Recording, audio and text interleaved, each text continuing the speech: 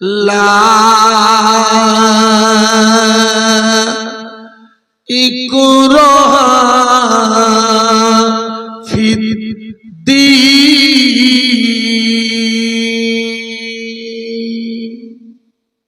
সম্মানিত আমাদের এই চুনফুলি এই মহল্লার জামে মসজিদের শুধু ইমাম সাহেব এবং মুয়াজ্জিন সাহেব এখানে আছে কি? নেই তো দুজনের কেউ? খবরদার জানা আমার মাইকে বলছি বলে ডেকে দেবেন না, এটা হলো সিস্টেম। শীত, গ্রীষ্ম, বর্ষা, ইমাম আর মুয়াজ্জিন এই ভরসা।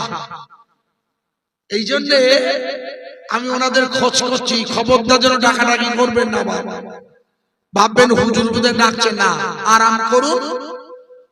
সম্মানিত হ্যান্ডবিলে বা প্রচার মাধ্যমে আপনারা দেখেছেন বিভিন্ন নামি দামি ওলামা হযরতগণ আপনাদের কাছে আমার আগে তারা তাদের চিন্তা ভাবনার নসিহত, দ্বীনি দাওয়াতের একটি তাবলীগী ধারা আপনাদের কাছে প্রচার করেছেন ইনশাআল্লাহ। এবারে আমি গুনাহগার এবং আমার পরে আরো অন্যান্য ওলামা আছেন, বিশেষ করে আপনাদের মুফতি সাহেব, আপনাদের গ্রামের নামটা ওনার জন্য আল্লাহ পাক, যেমন আমার গ্রামের নামটা আমার জন্য এটা হয়, আমাদের হযরতে মুফতি মাওলানা সফিউল্লাহ সাহেব, উনি আবার সবাই জানেন খুবই শিক্ষিত, লেখাপড়া জানেন। এছাড়া হযরতে বন্ধুবর মাওলানা আমানুল্লাহ সাহেব আছেন। এছাড়া আরো যে সমস্ত ওলামাগণ আমার আগে বলেছেন, সকলের প্রতি আন্তরিক অভিনন্দন ও কৃতজ্ঞতা জ্ঞাপন করছি। শুধু আল্লাহ পাক যদি মঞ্জুর করেন আপনাদের কাছে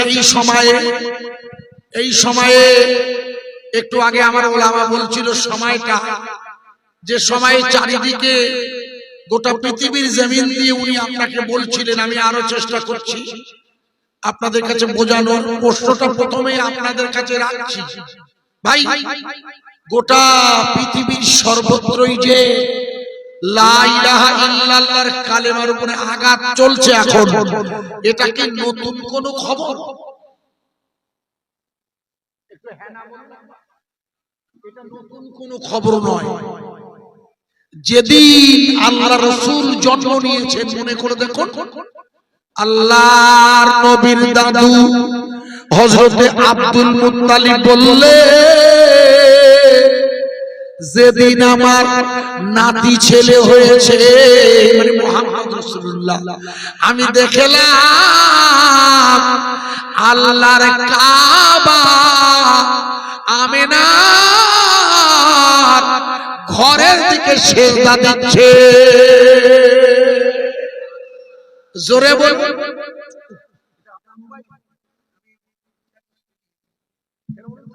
আমার হাত ছোটাছুটি করে, আপনারা জানেন, কখন আপনি সরে যান ভাই মশাই, হাত লেগে গেলে আর এক বিপদ হবে। ভাই সব মন দিয়ে বুঝবে, আমি আপনাকে বোঝানোর জন্য চেষ্টা করছি। লক্ষ্য করুন, যেদিন রাসূল পৃথিবীতে এসেছেন এর আগে মানুষ কাবায় থাকা ৩৬০টি খোদাদ্রাহী অর্থাৎ আল্লাহর বিরোধী শক্তির কাছে মাথা নত করত। লাত, উজ্জা আর মানাত, এইভাবে ৩৬০টা আল্লাহ বিরোধী শক্তি কাবা শরীফে দাঁড়িয়েছিল। রাসূল এসে ওই শক্তিগুলোকে সরিয়ে দিয়ে আল্লাহ তার নবীর কাছে প্রথম দাওয়াত করলেন। আল্লাহ তার রাসূলকে বললেন, আপনি পড়ুন, ইকরা বিসমি রাব্বিকাল্লাযী খালাক, সূরা আলাক, যার প্রথম 5টা আয়াত নাযিল হয়েছিল। সবাই জানেন রাসূলের বয়স তখন 40 বছর 6 মাস 12 দিন। সেদিন ছিল অধিকাংশ পণ্ডিতের মতে রমজানুল মুবারকের 27 তারিখের কদরের রাত। এবছর আপনারা কদর করেছেন? কবে কবে করলেন?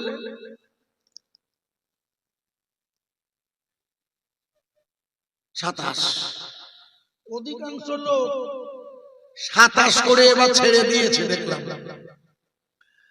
অধিকাংশ যাদের সাথে কথা হচ্ছে বলে হুজুর কদর তো 27এই। আল্লাহ দূর পাগলা, যদি এবার 29 হয়। আমার মুর্শিদ কিবলা বললে বাবা 21, 23, 25, 27, 29 এর মধ্যে যে কোনো একটা রাতে হবে। সেটা আল্লাহর ওলিরা এবং নবী জানতেন। আগে প্রথমেই প্রশ্ন করি, আল্লাহর নবী কি জানতেন না লাইলাতুল কদর কোন রাতে হবে? হ্যাঁ না বলুন আগে। কে বললো যায় না? আল্লাহর রাসূল জানতেন, আল্লাহ তারিখটাও বলে দিয়েছিল। আমাদের দুর্ভাগ্য ওই তারিখটা নিয়ে আল্লাহর নবী তার ঘর থেকে বেরিয়ে যেই বলতে যাবে আজ হলো লাইলাতুল কদর, হুজুর লক্ষ্য করে দেখে দুইজন সাহাবা ঝগড়া করছেন।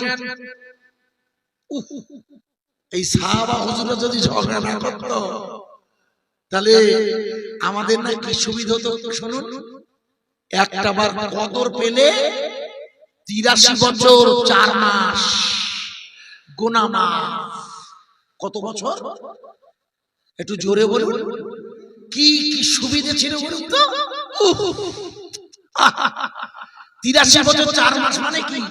তার মানে 83 বছর মানে 80 বছর পেরিয়ে যাবার লোক খুব কম। হুজুর বলেছেন আমার অধিকাংশ উম্মত 60 থেকে 65, 70 এর বেশি যাবে না। হাদিস এসেছে উম্মতে মুহাম্মাদির গড় আয়ু হলো 60 থেকে 70। আর লাইলাতুল কদর পেলে কত বছর গুনাহ মাফ? 83 বছর 4 মাস। মুখস্থ করো। তাই চেষ্টা করে জীবনে ধরে একবার বাগাতে পারেন। লাইলাতুল কদর পেতে হয়। মা আয়েশা বললে ইয়া রাসূলুল্লাহ যদি আমি লাইলাতুল কদর পাই, আল্লাহর রাসূল তখন বললে ও আয়েশা আপনি তখন পড়বেন আল্লাহুম্মা ইন্নাকা আফুউন তুহিব্বুল আফওয়া ফাফু আননি ইয়া গফুর ইয়া গফুর। ওটা লাইলাতুল কদর পেলে তাই পড়তে হয়। এখন তো মোদি সাহেবরা যখন তখন ওই দোয়াটা করছে, তা করুক। যেটা বলছিলাম, তাহলে লাইলাতুল কদরের পবিত্র রাতে কোরআন এসেছে। কোরআন রমজানুল মুবারকের মাসে। হুজুর তখন কোথায় ছিলেন? এই দেখো আপনাকে যে হুজুর তখন কোথায় ছিলেন? আমার দিকে ফেরুন, আমি তো শেখাবো। হুজুর তখন গারে হীরায় ছিলেন, একটি গুহার নাম। হুজুর যেখানে ছিলেন জায়গাটার নাম কি? জায়গাটার নাম জাবালে নূর। লম্বা পাহাড়, পাহাড়টার নাম মুখস্থ করুন, জাবালে নূর। আর যে গুহার মধ্যে ছিলেন তার নাম গারে হীরা। হুজুরের তখন বয়স কত? 40 বছর 6 মাস 12 দিন। প্রথম কোরআন আসি এখানে দুটো কথা একটু বলে নেবো, এই ফাঁকে একটু বলবো দুটো কথা আপনাদের বোঝানোর জন্য। আবার ফিরবো, ইয়াতেই ফিরবো, তার আগে দুটো কথা বলবো। ভাই গত লোকসভা ভোটের আগে যেন ভুল বুঝবেন না, এই যে লোকসভা ভোট হয়ে গেল 2024-এ, এই লোকসভা ভোটের আগে আমাদের বর্তমান প্রধানমন্ত্রী বলেছিল আপকি বার 400 পার। বলেছিল না ভাই? এটা হ্যাঁ না বলুন। তার মানে এবারের ভোটে আমরা 400 পেরুব। আমাদের দিদিমণি বলেছিল, মনে করে দেখো, আমাদের দিদিমণি বলেছিল আপকি বার পগার পার। তার মানে এবার পগার পার হবে। সবাই মমতা ব্যানার্জির পাগল বলেছিল, আমি কিন্তু বলিনি, হিসেব করছিলাম। মমতা ব্যানার্জি মুখ্যমন্ত্রী, রাজনীতির হিসেবে নেবেন না। লক্ষ্য করুন, আপনার ভুল বুঝেন না। এই কদিন আগে ইংল্যান্ডে গেছিল, সেখানে বক্তৃতা করতে গিয়ে কি বলেছে জানেন? আপনারা সব পড়েন না তো মিডিয়া। উনি খুব ভালো বোঝেন রাজনীতিতে, আমি বলছি না, উনি খুব ভালো জ্ঞান রাখেন। ভুল বুঝবেন না আপনারা, আমার পায়ে ধরে বলছে, আমাকে ভুল বুঝবেন না। উনি যখন বললেন যে আপকি বার পগার পার, আমি খুব চিন্তা করছিলাম, আল্লাহ উনি এরকম কথা বললেন কেন? তো বাজে কথা বলেন না। আপনারা ভালো করে শুনবেন। কেন? চারিদিকে এখন ওয়াকাফ আন্দোলনের নামে মারামারি হচ্ছে। আজ ভাঙড়ে হয়েছে, আমার গাড়ি আটকে দিয়েছে ভাঙড়ে, আইএসএফ এর মিছিলে প্রচন্ড গন্ডগোল হয়েছে। আজকে রাতের কথা বলছে, আসার পথে গত কয়েকদিন ধরে মুর্শিদাবাদে আগুন জ্বলছে কিছু না কিছু এলাকায়। এটা আমাদের জন্য ভালো খবর নয় ভাইয়া, এটা আমাদের জন্য ভালো খবর নয়। কেন? ওয়াকাফ আন্দোলনের নামে এর মধ্যে যদি দুষ্কৃতি ঢুকে দাঙ্গা বাঁধিয়ে দেয়, সমস্ত বিষয়টা কেচে যাবে, তাই না? ঠিক কিনা? হ্যাঁ না বলুন। আমার ওয়াজ কি বুঝতে পারছেন না? বাংলা বোঝেন না, এর চেয়ে সোজা করতে পারছে না। এরা পরিকল্পিতভাবে ওয়াকাফের আন্দোলনের মধ্যে বিরোধী দল ঢুকে পড়বে বাপজি, আর ঢুকে পড়ে গন্ডগোল বাঁধিয়ে আমাদের মূল উদ্দেশ্যটা বন্ধ করে দেবে। আমাদের মুখ্যমন্ত্রী বলেই দিয়েছেন যে পশ্চিমবঙ্গে ওয়াকাফের আইন চলবে না, বলেছেন। আর উনি যা বলেন তাই করেন, এটা বাস্তব সত্য কথা। উনি একমাত্র মুখ্যমন্ত্রী, যা তাই করেন। উনি তো অলরেডি বলে দিয়েছেন যে ওয়াকাফের আইন পশ্চিমবঙ্গে হবে না। তাই আমাদেরও ভেবে চিন্তে এগোতে হবে। আমার কথা কি বোঝা যাচ্ছে ভাইয়া? ভালো করে শুনুন। ও তো প্রায় পগার পার হইল মোদি, প্রায় পগার পার হয়নি। মনে করে দেখুন আপনারা, আমার ওয়াসি বোঝা যাচ্ছে না, পাল্টাবো, বোঝা যাচ্ছে? ভালো করে বুঝে নেন, শুনে নিন। রাত হচ্ছে, ঠান্ডা মাথায় নিন। আপনি মনে করে দেখুন, নির্বাচন হয়েছিল গতবার 7 দফায়, 2 দফা ভোট হয়ে গেছে, 2 দফা। হঠাৎ 3য় দফার ভোটের আগে আমাদের প্রধানমন্ত্রী দাবি করলো আমি হলাম ভগবানের সন্তান। বলেছিল কিনা? হ্যাঁ না বলুন। আরে উনি বলেছেন আমি হচ্ছি নন বায়োলজিক্যাল। নন বায়োলজিক্যাল মানে আমার বাপ মা নেই, আমি এমনি এমনি হইছি ভগবানের দ্বারা। টাটকা মিথ্যে কথা শালা, এই টাটকা মিথ্যে না। 2014 লোকসভা ভোটের আগে উনি বলেছিলেন আমি হলাম চাওয়ালার ছেলে। মনে করে দেখুন, বলেছিল আমার বাপ হচ্ছে চাওয়ালা, আমি তার ছেলে। আর এবার বলছে আমার বাপটাই মানেই শালা। কেন বলছে? বলছে আমি ভগবানের সন্তান। ভগবানের সন্তান মানে হলো উনি আগামী দিন দাবি করবে আমি হচ্ছে অবতার। এই পৃথিবীতে আমার দিকে ফিরুন, ওয়াজ বোঝেন ভালো করে। এই পৃথিবীতে কি নতুন করে কোন অবতার জন্ম নেবে? চিল্লে বলুন। নতুন করে অবতার জন্ম নিতে গেলে আমার নবীকে তো নবীর পরেও তাহলে অবতার আসবে মেনে নিতে হয়। ওয়াজ বুঝতে পারছেন কি কেন খাচ্ছি? নতুন করে যদি মোদিজি বলে আমি অবতার, এই পৃথিবীর শেষ অবতার তো আমার রাসূল। আশ্চর্য, আমার রাসূলের পরে শেষ হয়ে গেছে না? আশ্চর্য জায়গায় ওয়াজ করছি। মা কানা মুহাম্মাদুন আবা আহাদিম মির রিজালিকুম ওয়ালাকিন রাসূলুল্লাহি ওয়া খাতামান নবীয়্যিন। নবুয়তের দরজা বন্ধ হয়ে গেছে। তাই ভাগবত গীতায় লেখা আছে, ভারতবর্ষের হিন্দু ভাইয়েরা 2024 ভোটে মোদিজিকে সেইভাবে ভোট দেয়নি, দিলে 240 আটকাত না।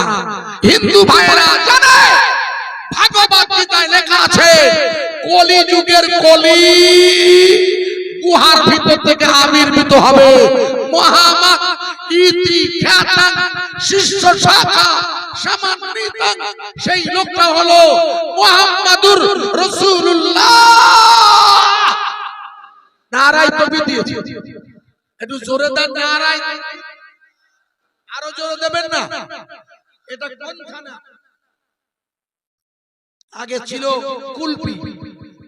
আরে আগে কুলপি ছিল না। কি বলছেন? আমি তো এই লাইনে 40 বছর ওয়াজ হয়ে গেছে আমার। তখন রামগঙ্গার বাঁচে আসতাম, যেহেতু আমাদের তখন বসিরহাটে ব্রিজ হয়নি। মনে করে দেখুন আমি কি আজকের পার্টি? আপনার বললে হবে আগে কুলপি ছিল আপনাদের থানা, এখন পাল্টে এসেছে ঢোলা। ভালো খবর, সব ভাই মিলে আওয়াজ দিয়ে চিৎকার করে বলবেন জমিনের মালিককে। চিল্লে বলুন, আরো জোরে বলুন, ওয়াকাফের মালিককে। আরে এই মসজিদ কার ঘর? এটা নরেন্দ্র মোদীর বাপের ঘর না, এই ঘরটা কার? নারে তাকবীর! এই আপনারা এত টাকা খরচা করেছেন আলেমদের জন্য, এই রকম বক্সও আমি টানতে পারছি না, মাইক নিয়ে এসেছি একেবারে মানে বাজে। পয়সা খরচ করেছো, আমার কথা রাগ করছেন? এখন এইসব চলে না, এখন হাই কোয়ালিটির মাইক লাগে যাতে বক্তৃতাটা পরিষ্কার করে বোঝানো যায়। প্রিয় ভাই সব একটু জোরে একবার নারা দিন শেষের বেলা। যারা আসছে না আমার কাছে নতুন কিছু লোক এসেছে দেখছি, বেশ কিছু লোক এদের আমার সামনে বসা, দেখি প্লেয়ারের অবস্থা কি। বসে যান ভাইয়া, সুন্দর হয়েছে, হাতে মোবাইল নেই, বেশ করেছে। সবাই মিলে একবার নারা লাগান, নারে তাকবীর। চুন ফুলির ইসলে সওয়াব, চুন ফুলির ইসলে সওয়াব। নারে তাকবীর। মোহাম্মদের সাথে লা ইলাহা ইল্লাল্লাহ।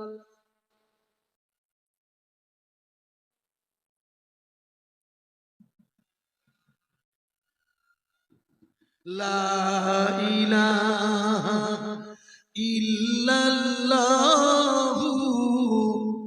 মুহাম্মাদুর রাসূলুল্লাহ। নূর নূর নূরাজি,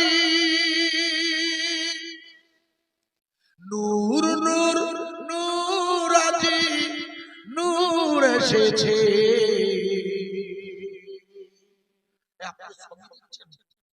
ছবি ছবিটা দিতে নেই, গোনা হবে বলে আর হুজুর আমার, কারণ ছবিতে গোনা, ছবিটা আপনার দোষ নাই। ইউটিউব মানে হলো ছবি দেওয়া, আগে ওসব ছিল না। নূর নূর নূর আজি, চালাটা গেল কোথায়? আমি ব্যবসার বিরোধী নই, অনেক বক্তা চাইলে আর অন্যান্য বেচাখানা করে বকাবকি না, এনাদের কিছু রুজি রোজগার হবে, তাতে কি আছে? বরং আমি সাহায্য করছি। শুনুন, আপনি বসে বসে দেখছেন যাতে দাঁড়াবেন না, আমার সুদীদের দেখতে অসুবিধা হয়। নূর নূর নূর আজি, নূর এসেছে, আর তারি নূরি চারিদিকে আলো হয়েছে। আয় আয় কে দেখবি নূরেরই মালা, মা আমিনার কোলে দোলে কামিলিওয়ালা। লা ইলাহা ইল্লাল্লাহ, আরো জোরে, ইলাহা ইল্লাল্লাহ, লা ইলাহা ইল্লাল্লাহু মুহাম্মাদুর রাসূলুল্লাহ সাল্লাল্লাহু আলাইহি ওয়াসাল্লাম। নবী গেলেন তায়েফে, নবী গেলেন তায়েফে, পাথর মারে কাফেরে, এই রক্তের ধারায় পা দুখানি রাঙা হয়ে যায়। আঘাত ছয়েও নবী আমার আল্লাহর কাছে কয়, মাফ করে দাও ও গো আল্লাহ, অবুঝেরা চেনে না আমায়। লা ইলাহা ইল্লাল্লাহ। আরো জোরে কলবে থেকে খেয়াল করুন, লা ইলাহা ইল্লাল্লাহ, লা ইলাহা ইল্লাল্লাহু মুহাম্মাদুর রাসূলুল্লাহ সাল্লাল্লাহু আলাইহি ওয়াসাল্লাম। মনে করে দেখুন, আল্লাহর নবী যেদিন গারে হিরায় ছিল রমজানুল মুবারকের মাসে, ওই দিন উনি নবী হয়েছিলেন না? ভগবত গীতায় লেখা আছে, শেষ যুগের কলি আবির্ভাব ঘটবে গুহার ভিতর থেকে। আমাদের এই কলি যুগের কেষ্ট মোদিজি কি গুহার ভিতর থেকে বেরিয়ে?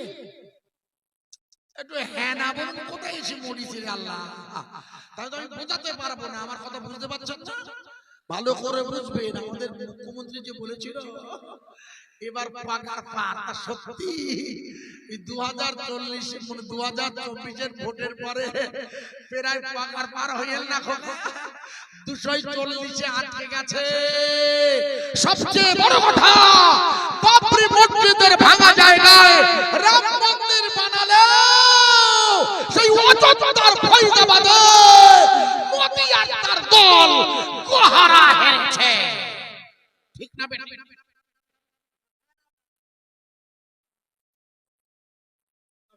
রাত হয়ে গেছে তো মন দিয়ে শুনে নেন।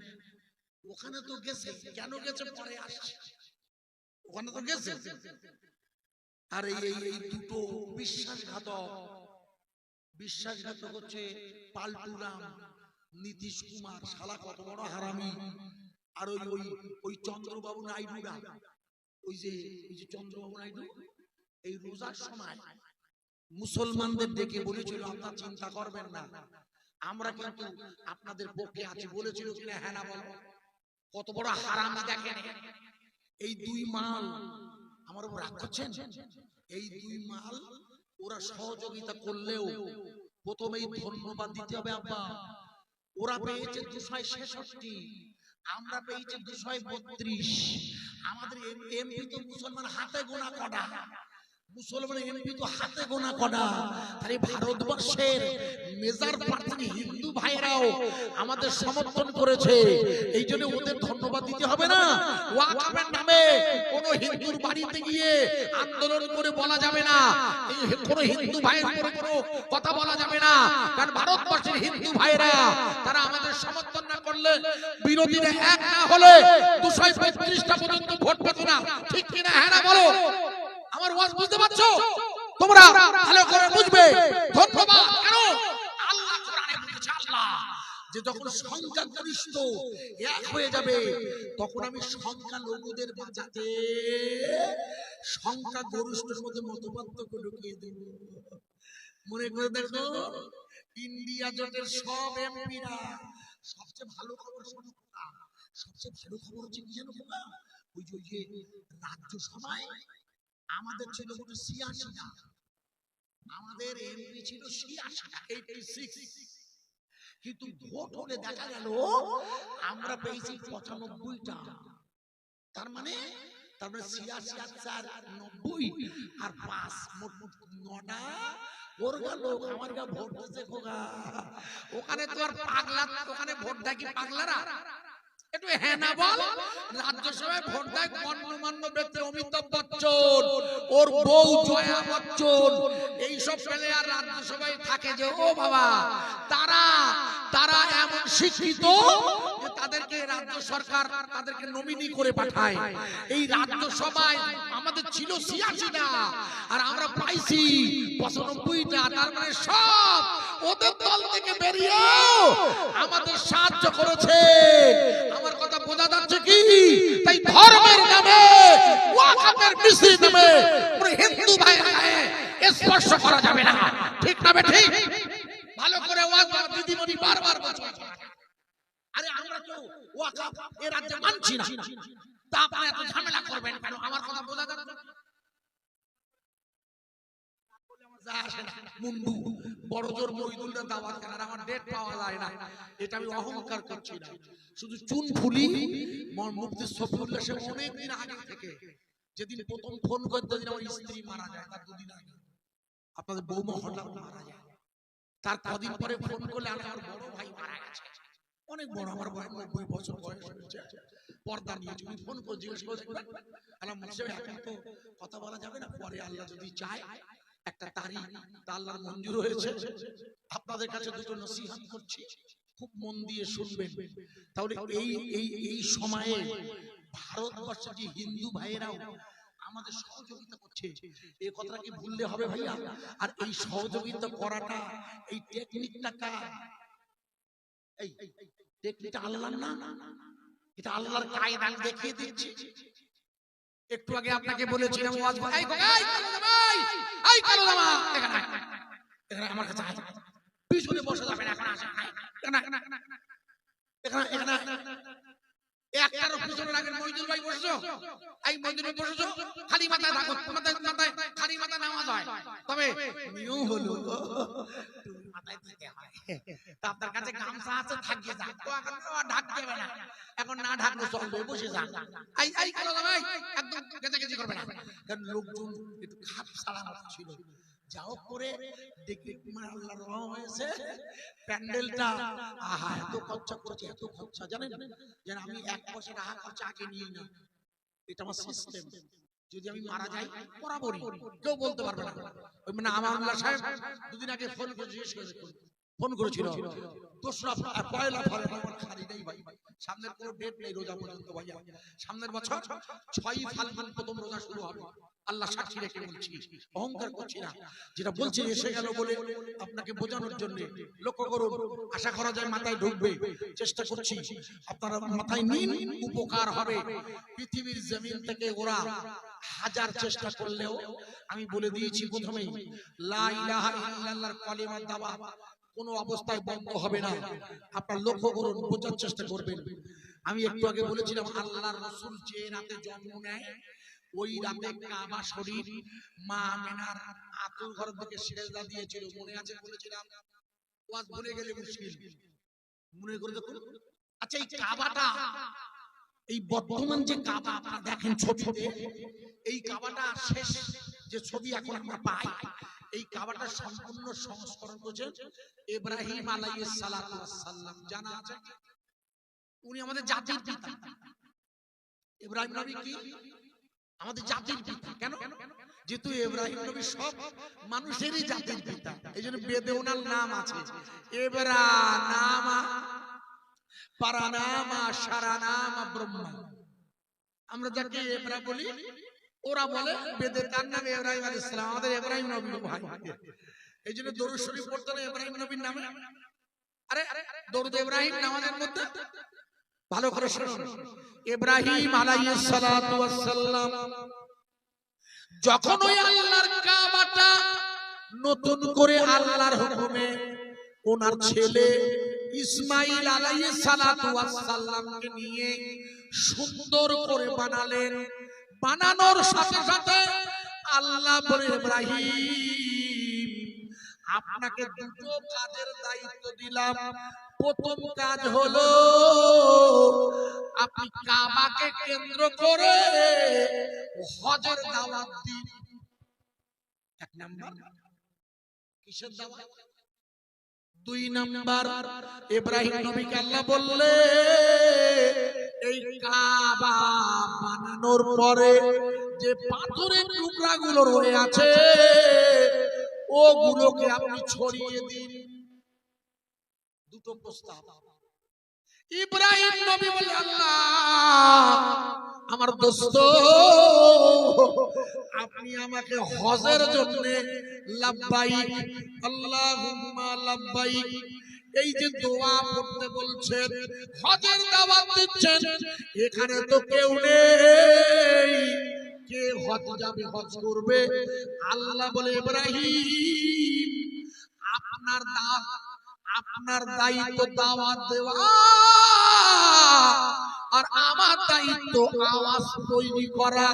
মনে করে দেখুন, ইব্রাহিম নবী হজের দাওয়াত দিয়েছিল ফাঁকা জায়গায়, ওই আওয়াজটা বসিরহাটে আমার বাড়ি, আমি চারবার লাব্বাইক বলেছিলাম। ইব্রাহিম নবী দাওয়াত দিয়েছে কবে ভেবে দেখুন, আমি তখন আল্লাহ রুহানি জগতে ওইখানে বসে চারবার লাব্বাইক বলেছিলাম। এই পর্যন্ত আল্লাহ আমাকে চারবার হজে নিয়ে গেছে।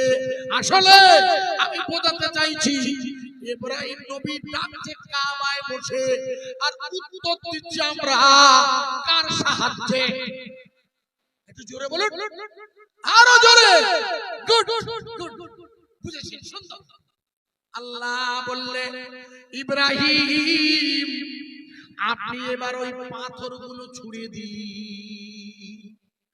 বলে আব্বা, আল্লাহ আউযুবিল্লাহ, আল্লাহ আমি ছড়ব কোথায়? বলে আপনি ছুঁড়ে দিন। কি ছুঁড়তে বলছে? কাবা শরীফ তৈরি করতে গিয়ে যে পাথরের টুকরোগুলো এক্সট্রা রয়ে গেছে, সব বাড়িতেই হয় দেখবেন। মুফতি সফিউল্লাহ সাহেব দোতলা বাড়ি করছেন, কিছু কাজ করতে গিয়ে সিমেন্ট খোয়া থেকে যায়। মনে করে দেখুন, নবী ইব্রাহিম আলাইহিস সালাতু ওয়াস সালাম ওই খোয়াগুলো যেই ছুড়বে, আমার আল্লাহর হুকুমে ওই খোয়া একটা চুনফুলির গ্রামে পড়েছিল। চুনফুলির যে জায়গায় ওই খোয়াটা পড়েছে, ওইখানে একটা মসজিদ তৈরি হয়েছে। জোরে বলুন। পাথর ছোড়া হয়েছে কোথা থেকে? কাবা থেকে। আর এসে পড়েছে কোথায়? মাদারপাড়ায় ফকির সাহেবের বাড়ির পাশে পড়েছে। কোথায়? চুনফুলি মুফতি সফিউল্লাহ সাহেবের গ্রামে। যেখানে যেখানে পড়েছে সেখানেই সেখানে মসজিদ। একটু জোরে বলবেন না? তাই এখানে পাথর এসেছে কার হুকুমে? এটা কি মোদিজির হুকুমে? আমার ওয়াজ বোঝা যাচ্ছে না? এখানে পাথর ছুঁড়েছে ইব্রাহিম নবী, আর এখানে পাঠিয়েছেন হাওয়ায় কে? চিল্লে বলুন। তাহলে মক্কা থেকে ভারতের দূরত্ব আনুমানিক ৬০০০ কিলোমিটার। আনুমানিক, একটু বেশি কম বোঝা যাচ্ছে। মক্কা শরীফ থেকে হজে গেছেন, জিজ্ঞেস করে দেখবেন। প্রথম যখন আমরা হজে যাই, আমাদের মাইকে বলেছিল প্লেনে ১০,০০০ কিলোমিটার ঘুরতে হয়েছিল। তখন অত ডাইরেক্ট ফ্লাইট ছিল না। তো বললে মক্কা শরীফ থেকে ভারতের দূরত্ব ৬০০০ কিলোমিটার। এই এতটা দূরে পাথর যেখানে নিক্ষেপ হয়েছে, ঠিক অযোধ্যার ফৈজাবাদে বাবরি মসজিদের যে জায়গায় বাবরি মসজিদ হয়েছে, ওখানে পাথর পড়েছে, তাই ওখানে মসজিদ। একটু জোরে বলুন। তাহলে ওটা কার হুকুমে হয়েছে? কোন ব্যক্তির হুকুমে নয়। কার হুকুমে? ইয়াকা না'বুদু, আমরা ইবাদত করি কার? আরে চিল্লে বলুন। আমরা জিকির করি কার? আল্লাহ তার নবীর কাছে গারে হিরায় জিবরিল আমিনের দ্বারা প্রথম শেখালেন, ইকরা বিসমি রাব্বিকাল্লাযী খলাক, পড়ুন আপনার প্রভুর নামে যিনি আপনাকে সৃষ্টি করেছেন। তার মানে যিনি কে? তিনি হলেন আল্লাহ। তাই আপনার প্রথম দায়িত্ব, হে নবী, আপনি আমার নামের জিকিরটা গোটা দুনিয়ায় পৌঁছে দিন। একবার জোরে বলুন। আল্লাহ তার নবীর কাছে লেখাপড়া শেখার জন্য নবীর কাছে দাওয়াত দেয়নি। কার কাছে হুজুর শিখবে? হুজুরকে শেখাবেন স্বয়ং আল্লাহ। তাই প্রথমেই বলছে, আপনি আমার নামটা প্রচার করুন। আমি আল্লাহ। কারণ ওরা আমার কাবায় ৩৬০টা মূর্তি বসিয়ে দিয়েছে। ওরা আমার বিরোধী শক্তির কাছে মাথা নত করছে। বোঝা যাচ্ছে ওয়াজ। আপনার দায়িত্ব হলো ওটাকে ভেঙে চুরে ফেলা, ওর বিরুদ্ধে রুখে দাঁড়ানো। তাই আজ ২০২৫-এ ওয়াকফ বোর্ডের ক্ষমতাকে খর্ব করে কেন্দ্রীয় সরকার বিল এনেছে, এটা এতে কোনো আশ্চর্য হওয়ার বিষয় নেই। কেন? ঈমানের কালেমার দাওয়াত যেদিন থেকে শুরু হয়েছে সেদিন থেকে গোটা পৃথিবীর সব শক্তি এক হয়ে লা ইলাহা ইল্লাল্লাহ দাওয়াত বন্ধ করতে চেয়েছে। ঠিক কি না ঠিক? আরে জোরে বলুন। আপনারা আন্দোলন করুন আর নাই করুন, আপনারা রাস্তায় মিছিল করেন আর নাই করেন, গোটা পৃথিবীর জমিনের ঈমানের কালেমার দাওয়াতের হেফাজতের দায়িত্ব কার? কিন্তু শরীয়ত আপনাকে প্রতিরোধ করতে বলেছে, তাই আমাদের আন্দোলন করতে হবে। কথা বোঝা যাচ্ছে? তোমরা প্রতিরোধ করবে, এর নাম জিহাদ। তোমাদের ঘাড়ে চেপে এসেছে। বদরের যুদ্ধে রাসূলের ঘাড়ে এসেছিল বাড়ির কাছে। ওদের বাড়ি ছিল তো মক্কায়, আর বদর হলো মদিনা থেকে 50 কিলোমিটার দূরে একটি জায়গা। রাসূলের বিরোধিতা করে ওরা বদরের ময়দানে এলে আল্লাহ বলেন আপনি প্রতিরোধ করুন। এই প্রতিরোধের নাম হচ্ছে বিক্ষোভ, এই প্রতিরোধের নাম হচ্ছে রুখে দাঁড়ানো, এর নাম জিহাদ। তাই মোদিজি আর তার দলবল ওয়াকফের বিরুদ্ধে বীর এনেছে। তাই শরিয়ত আমাদের প্রতিরোধের ক্ষমতা দিয়েছে, কিন্তু শান্তিপূর্ণভাবে। একবার জোরে বলুন। এই বিক্ষোভ, এই আন্দোলন অন্য কোন ধর্মের মানুষের আঘাত করা যাবে না। ঠিক না ঠিক? কত দুর্ভাগ্য, কোন কোথাও যদিও বিরোধীরা আমাদের নবীকে নিয়ে আমাদের নিয়ে লাগাতার টোন কাটছে, এটা ঠিক, কিন্তু হাজারবার টোন কেটেও লা ইলাহা ইল্লাল্লাহর কলেমা বন্ধ করা যাবে কি? আমি উদাহরণ দেব, টাটকা, খুব মন দিয়ে শুনুন, বোঝা যাবে।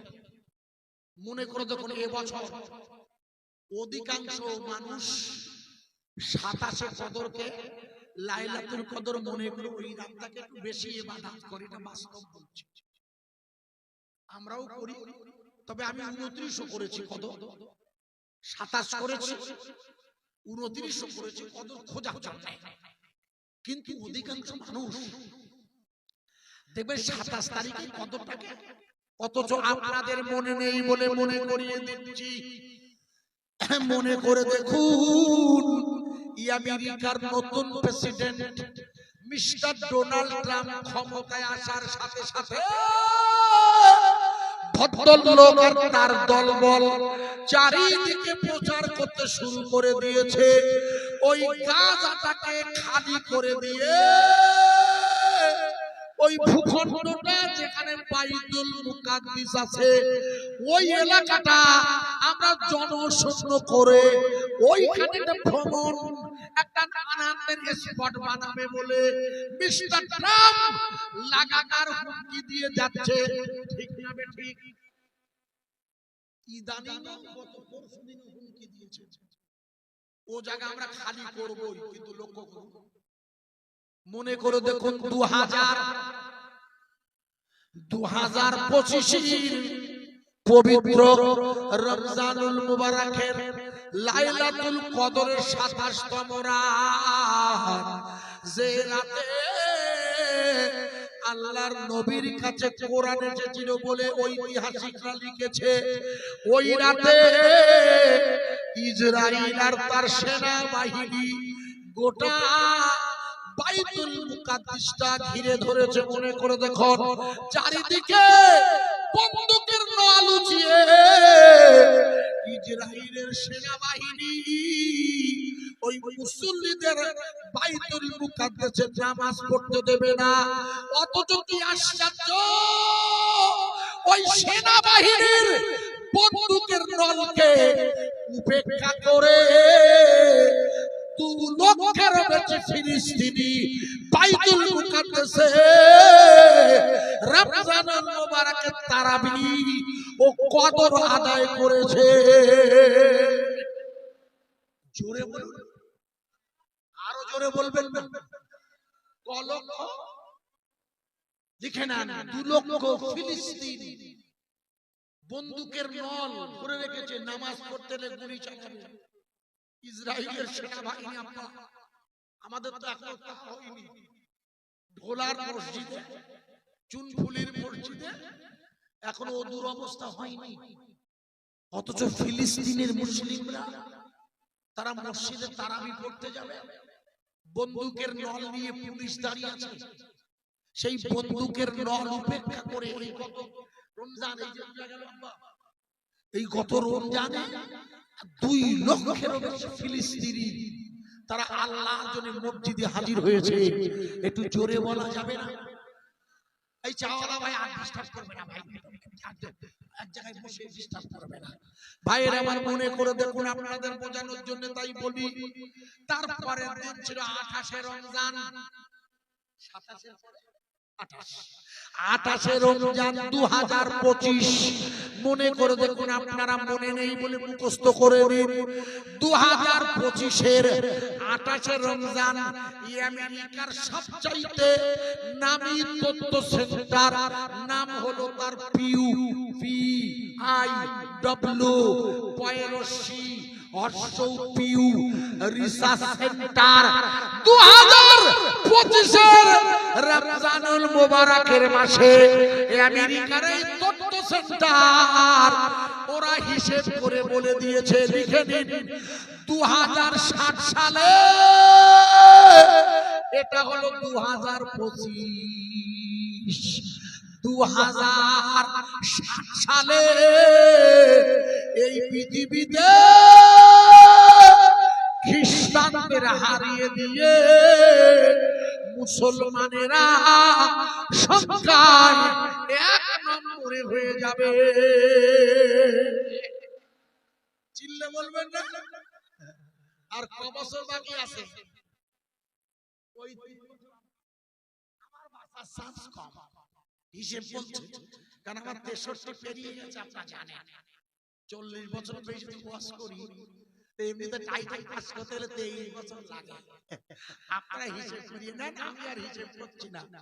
প্রিয় ভাইজান, তাহলে আমার পক্ষে আল্লাহ যদি টিকিয়ে রাখে সেটা একটা নিয়ামত, সেটা আল্লাহর ইচ্ছা। কিন্তু হিসেব বলছে চান্স কম, এই জন্য আমি খুব লাইলাতুল কদরটা খুঁজি, যদি একটুখানি ধরি ফেলতে পারি তাহলে আল্লাহর মধ্যে আর কোনো চিন্তা হবে না। কিন্তু পাওয়া যে বড় কঠিন খোকা, চেষ্টা করে যেতে হবে, নসিবে থাকতে হবে। যেটা বলছিলাম, তাহলে ওরা চেষ্টা করছে নতুন করে গাজাটাকে খালি করে দিয়ে বাইতুল মুকাদ্দিস দখল করে, মনে করে তখন ওখানে ভেঙে ফেলবে, সব প্ল্যান করা হচ্ছে। সেই জায়গাটায় মন্দির হবে, নাম হলো সালমান মন্দির, সেটাও রেকর্ড করা হয়ে গেছে, সব করবে ওরা। কিন্তু ওরা করার মাঝে এই যে রিপোর্টটা, এ তো আমেরিকার ইউটিউবে খুলে দেখে নেবেন, এই খবর সব জানে। এটা তথ্য সেন্টার বলা হয়। ওই তথ্য সেন্টার ওরা তথ্য দিয়ে দিয়ে ওরা লিখেছে 2060 সালে, এটা হচ্ছে 2025, আর 35 বছর আছে আল্লাহ। এই 35 বছরের মধ্যে হয়তো আরো এগিয়ে আসতে পারে খোকা। কেন লিখে দিন, 2023-এর 7ই অক্টোবর থেকে 2025-এর 19শে জানুয়ারি পর্যন্ত ইসরায়েলের আর গাজার সাথে যুদ্ধে মানুষ মারা গেছে ইসরায়েলের বোমায়, লিখুন 47,300। এটা আমেরিকার হিসাব। এই পর্যন্ত ইসরায়েলের সাথে গাজা 2025-এর 19শে জানুয়ারি পর্যন্ত মানুষ মারা গেছে, মুসলমান শহীদ হয়েছে 47,300। আর এই 15 মাসে গোটা পৃথিবীর 50,000-এরও বেশি ইহুদি আর খ্রিস্টান, 50,000-এরও বেশি ইমানের কলেমা পড়ে মুসলমান হয়ে গেছে।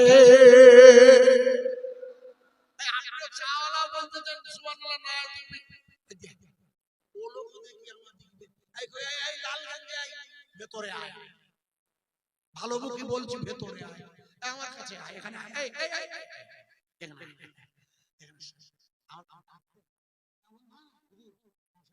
এদের ডাক্তার কেন তো? এরা ছোট মানুষ, ওরা ভয়তে দাঁড়িয়ে আছে, যদি মেজাজ দেখায় ওরা আর মসজিদ মুখো হবে না। হাসেন কেন? এই জন্য মসজিদে রোজার সময় বাচ্চারা গেলে বড়দের মতো ইফতার দেবে, ওরা পরে বুঝবে ইস রোজাদাররা খায় আমরা খাচ্ছি, ওদের নিজেদের লজ্জা হবে, ওরা রোজা রাখে আর মসজিদে ঢুকবে না। আমার কথা বুঝতে পারেননি? কিন্তু যেই রোজা রাখেন শালা খাতি আইছিস, আপনি ইফতার বাড়িয়ে দেবেন, ওরা খেলে যে সওয়াব আর রোজাদার খেলেও সেই সওয়াব হবে। এই যে সেলটা শেখ হবে আমার দিক ফের ওই টাইট প্যান্টার পরবি, ওই যে মাল পরেছিস এখন অল্প বয়স বলি বুঝতে পারছিস না, পরে বিপদ হবে বলে ওর মধ্যে হাওয়া ঢোকে না, বুঝলি? বাড়িতে দেখবে এখানে গরম, আর আমাদের মাল করি সবচেয়ে এই জায়গায় মাল করি এখানে না, এখানে কিডনি না, এই দেখ কিডনি কোথায়, ইকেন না ইকেন হচ্ছে শুক্র কিডনি, এ না থাকলে বাচ্চা হবে না। ঝামেলা করিস না, ওই গরমে ও মাল মারা যায়। তাই জিন্সের প্যান্ট পরবি না, আমার মতো পাজামা, এই যে টাটকা পাজামা পারিসতে লুঙ্গি পরবি, কারণ লুঙ্গি পরা সুন্নত, কিন্তু আমি ভয়তে পরিনি। কেন? রাসূল বলেছে চেরা লুঙ্গি পরা সুন্নত, কিন্তু আমার ভূমির যা দোষ, তাতে চেরা লুঙ্গি পরলে মাথায় উঠে বসে থাকে কিনা ওই ভয়তে আমি ও সুন্নতটা আদায় করতে পারিনি। খোকা আপনারা পারেন যে করবেন, করতে পারলে ভালো, না হয় যদি সেলাই করে নেবেন লুঙ্গি, ওটাও জায়েজ আছে, মুস্তাহাব করা হয়েছে মাসলায়। আমার কথা বুঝতে পারছো? তুমি জানো আর ওই মাল পরবে না, তাই ওকে একটু কাছে রাখালাম। প্রিয় ভাইরা, আমি আপনাকে যে জায়গায় রাখছিলাম বোঝানোর জন্য, আমার সাথে আপনারা কি একমত? ওরা মেরেছে 47,300, আর এই পর্যন্ত 50,000-এরও বেশি। এই রোনাল্ডোর নাম শুনছো? রোনাল্ডো এই গতকালকে 2 গোল করেছে আল নাসেরে ক্ষেত্রে, সৌদি আরবে। এই হ্যানা বলো না, আসলে রোনাল্ডোর নাম শুনেননি? দেখো দিনি, মেসির পরে পৃথিবীর সেরা ফুটবলার মেসি। মেসি ছোট ভালো খেলে, গত বছর কাতারে খেলা থেকে 60 কিলো গরুর গোশত নিয়ে গেল, দল ওর জন্য মন নেই। কোথায় ওয়াজ করছি? মেসি খাবে বলে ওর জন্য স্পেশাল করে গরুর গোশত নিয়ে গিয়েছিল, জানেন আপনারা? আর রোনাল্ডো যেখানে গেছে বুঝতে পারতেছেন যে কোথায় গেছে। কদিন আগে রোনাল্ডো মিডিয়ার কাছে বললেন, আমি খ্রিস্টান হলেও এই পর্যন্ত আমার চেনা যত ধর্ম আছে ইসলাম, ঈদের দিন উনি লিখেছিলেন ইউটিউবে, ইসলাম পৃথিবীর সেরা, সত্যি সেরা। একটু জোরে বলা যাবে না? দোয়া করে আমার বলছে রোনাল্ডো লা ইলাহা ইল্লাল্লাহ পড়ার চান্স বেশি হবে, কারণ আমি যা হিসাব করি অঙ্ক কষি, তাতে মনে হচ্ছে প্লেয়ার পড়ি যাওয়ার চান্স আছে। লা ইলাহা ইল্লাল্লাহ আমরা কেউ কখনো কারোর কাছে লা ইলাহা ইল্লাল্লাহর কালেমার দাওয়াত দেওয়ার জন্য জোর করি না। আজ পর্যন্ত পৃথিবীর কেউ বলতে পারবে যে মুসলমানরা কারোর কাছে জোর করে লা ইলাহা ইল্লাল্লাহ দাওয়াত প্রচার করছে না। ঈমানওয়ালারা তাদের চরিত্রে মুক্ত হয়ে, রাসূলের দ্বীনের চরিত্রে মুক্ত হয়ে এরা ঈমান এনেছে। একবার জোরে বলা যাবে না? নারায়ে তাকবীর। এই আপনি ইউটিউবার নাকি? আপনি এখন ছিলেন না? আপনি মানুষ হ্যাঁ, ও লোকের কাজ, আপনি মানুষ হ্যাঁ, মানুষ না তাতে কি আছে? আপনি আমার পাশে এসে বসুন, আমাদের লাইনের লোক মতন দেখছি আপনার। প্রিয় ভাইরা, আমি আপনাকে যে জায়গায় রাখলাম, আপনি আমার হাত ধরে তুললেন না, আল্লাহ আপনাকে ভালো রাখবেন। বয়স হয়েছে তো সমস্যা হয় না। আল্লাহ তাবারাক তাআলা রাসূল খুব ভালো করে মন দিয়ে শুনে নিন। জায়গাটার নাম হচ্ছে অস্ট্রেলিয়া। মুখস্থ করেন, 37টা মেয়ে চিঠি লিখেছে হামাস নামের স্বাধীনতা সংগ্রামীদের কাছে। স্বাধীনতা সংগ্রামী দলটার নাম, এরা যুদ্ধ করছে কোথায়? এই এরা যুদ্ধ করছে ফিলিস্তিন, যার আরেক নাম শাম আর সিরিয়া। বর্তমানে যে জায়গাটার নাম ফিলিস্তিন, আগে ছিল শাম আর সিরিয়া, যেখানে এখন যুদ্ধ চলছে। ওই যুদ্ধ চলছে, এখনো যুদ্ধ চলছে কিন্তু। আর আল্লাহ চাইলে জয়লাভ করবে কারা? এই জয়লাভ করবো আমরা আমরা আমরা ইনশাআল্লাহ, ইনশাআল্লাহ। আমি হাদিস কোরআন দিয়ে দেখাচ্ছি, আমি শুধু বলবো না, প্রমাণ দিচ্ছি। লক্ষ্য করুন, আল্লাহর নবীর মা, মুখস্থ করেন, আল্লাহর নবীর মা আমিনাতুল জোহরা বর্ণনা করেছে, যেদিন আমার বেটা হয়েছে, বেটা আমার মুহাম্মদ হয়েছে, যেদিন কাবা সিজদা করেছিল, মনে আছে? আল্লাহর নবীর মা আমিনাতুল জোহরা বলছে, ওই দিন রাতের বেলা আমি লক্ষ্য করে দেখি আমার ছেলে যেন একটা নূরের দোলা,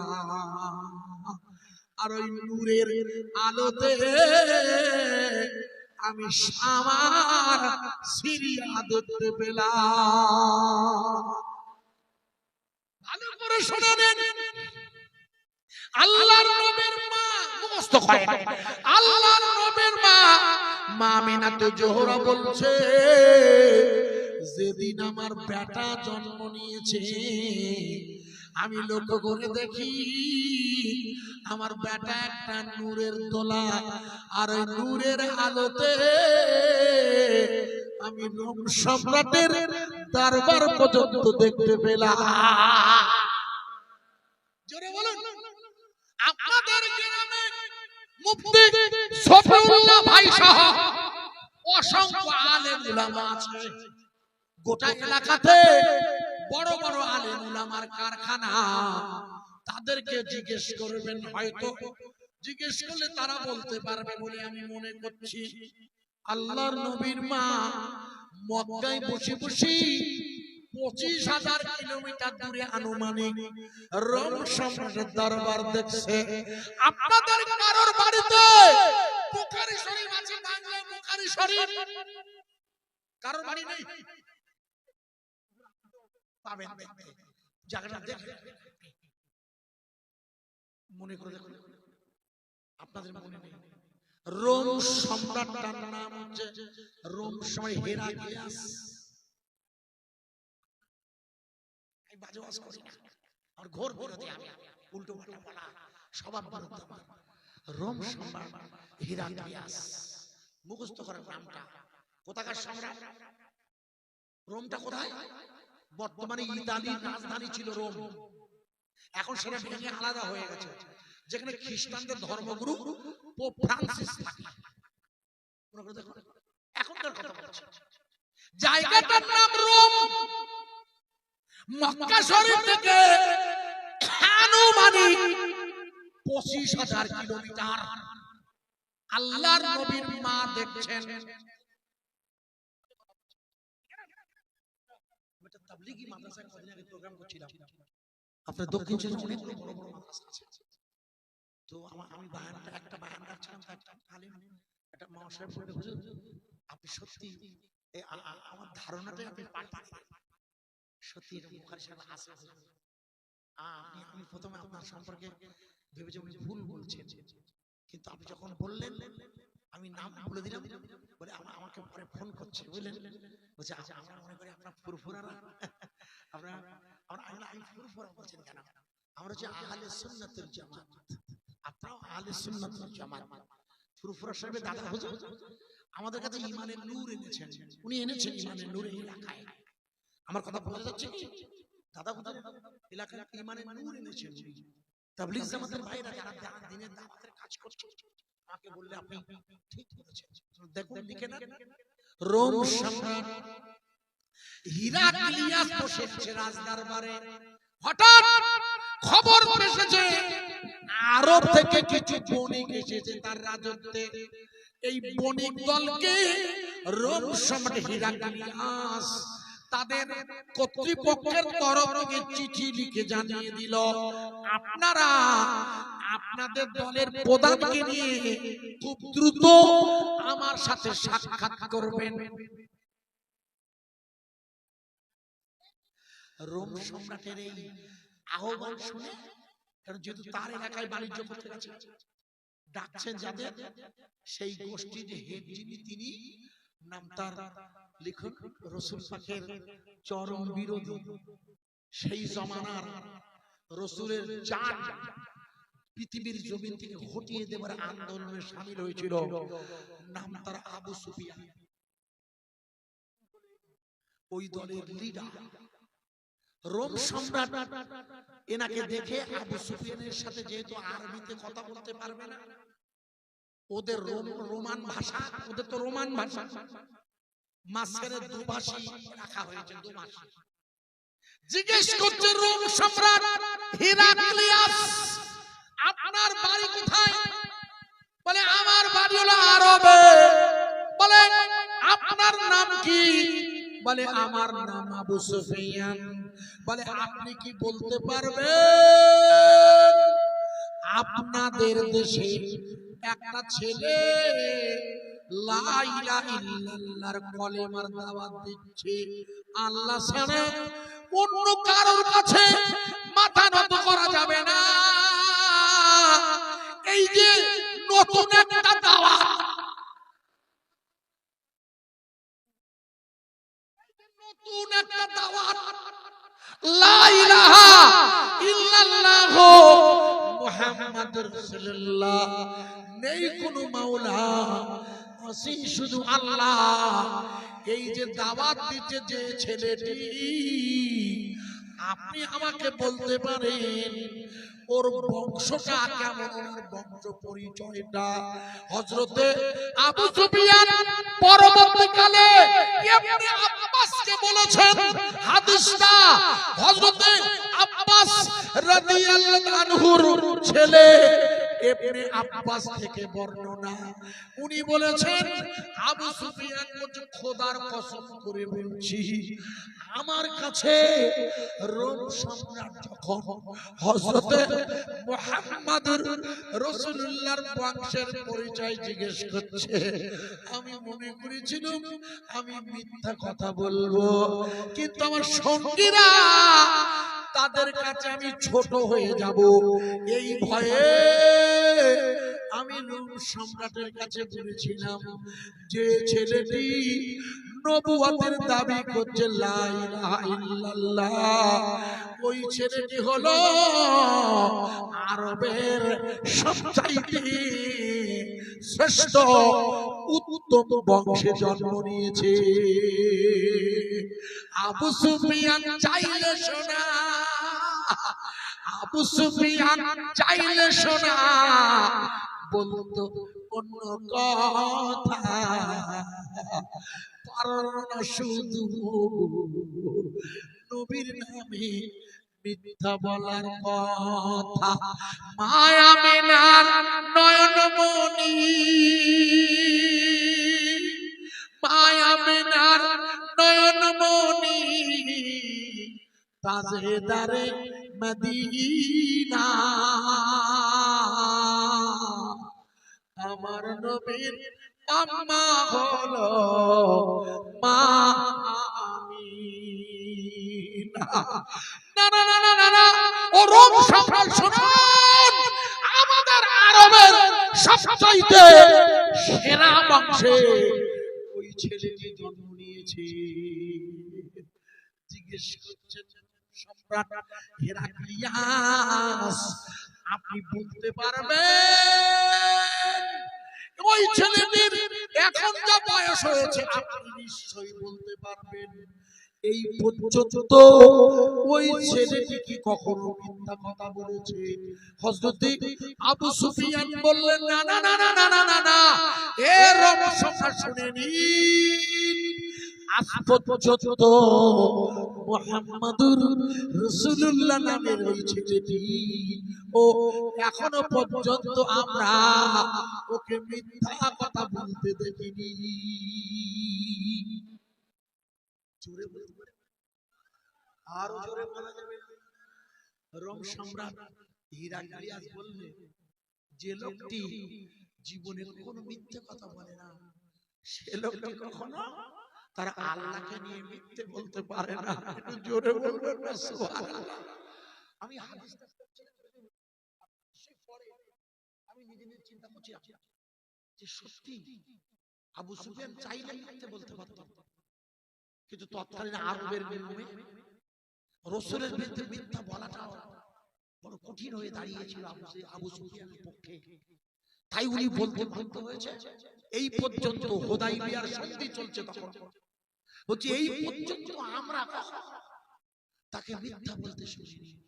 এই পর্যন্ত রোম সম্রাট হিরাক্লিয়াস বললেন, যে ছেলেটি এখনো কোনোদিন মিথ্যা বলেনি, তখন তো হুজুরের বয়স 50-এর দিকে যাচ্ছে। আমার কথা বুঝতে পারছেন? হুজুর নবী হয়েছে 40 বছর, আর আবু সুফিয়ান যাচ্ছে ষোলো হুদাইবিয়ার যুদ্ধের।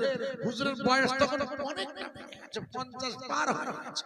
মনে করে দেখুন, আবু সুফিয়ানকে জিজ্ঞাসা করলো রোম সম্রাট হিরাক্লিয়াস, বলে শোনো, ওই লোকটি যে লা ইলাহা ইল্লাল্লাহ দাওয়াত দিচ্ছে, ওটা কি উচ্চ মর্যাদার বংশের লোকেরা গ্রহণ করছে নাকি দুর্বল আর গরিবেরা গ্রহণ করছে?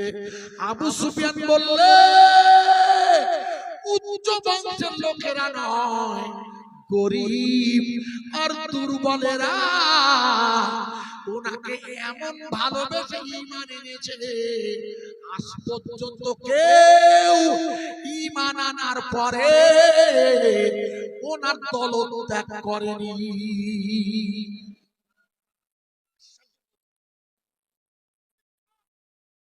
নূরের আলো দেখছেন। হিরাক্লিয়াস বলছে রোম সম্রাট যে আমি যদি একটু সুযোগ পাই না, শোনো আবু সুফিয়ান, আমি ওই লোকটার পা, ওই লোকটার জুতো, একটু জোরে বলবে না সুবহানাল্লাহ? বুখারী পড়ে দেখেন, বাংলায় বেরিয়েছে, আমি ওই লোকটার পায়ের জুতো হাত দিয়ে আমি কাপড় দিয়ে মালিশ করে দিতাম। একটু জোরে বলতে পারে না সুবহানাল্লাহ? আমি লম্বা করছি না, লম্বা হাদিস আমার যেটুকু দরকার।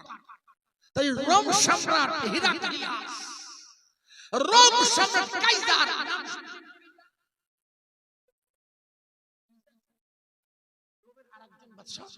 তার নাম কাইজার, রোম সম্রাট।